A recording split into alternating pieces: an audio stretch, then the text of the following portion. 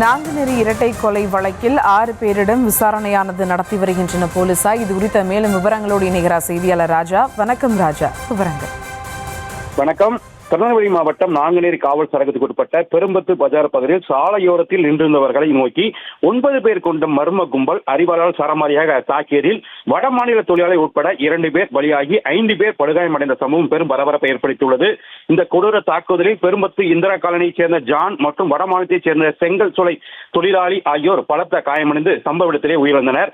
மேலும் நெல்சன், பிரபாகரன், ராமசாமி, வீராங்குளம் பகுதியைச் சேர்ந்த கணேசன் மற்றும் புளியங்குளம் சசிகுமார் ஆகியோர் படுகாயமடைந்தனர். மேலும் காயமடைந்த அனைவரும் திருநெல்வேலி அரசு மருத்துவக் கல்லூரி மருத்துவமனைக்கு அனுப்பி வைக்கப்பட்டு தீவிர சிகிச்சை பெற்று வருகின்றனர். மேலும் சம்பவத்தை தொடர்ந்து அந்த பகுதியில் நூற்றுக்கணக்கான போலீசார் குவிக்கப்பட்டு பாதுகாப்பு பலப்படுத்தப்பட்டுள்ளது.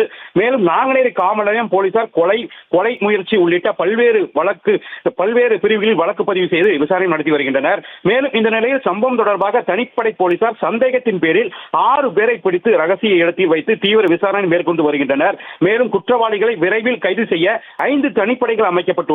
மேலும் தென்மண்டல ஐஜி தலைமையில் உயர் அதிகாரிகள் அவசர ஆலோசனை மேற்கொண்டு வருகின்றனர். மேலும் சட்டம் மற்றும் ஒழுங்கு நிலைமை குறித்து ஆய்வு செய்து வருகின்றனர். பகுதியில் தொடர்ந்து போலீசார் கண்காணிப்பும் தீவிரப்படுத்தப்பட்டுள்ளதுடன் பொதுமக்கள் அமைதியை பேணுமாறும் கேட்டுக் கொள்ளப்படுகிறது. மேலும் பதட்டமான சூழ்நிலை தொடர்ந்து நாங்குநேரி ஏர்வாடு சாலையில் தற்காலிகமாக போக்குவரத்தும் துண்டிக்கப்பட்டிருக்கிறது. அப்பகுதி போலீசார் தீவிர கண்காணிப்பு பகுதியில் ஈடுபட்டு வருகின்றனர்.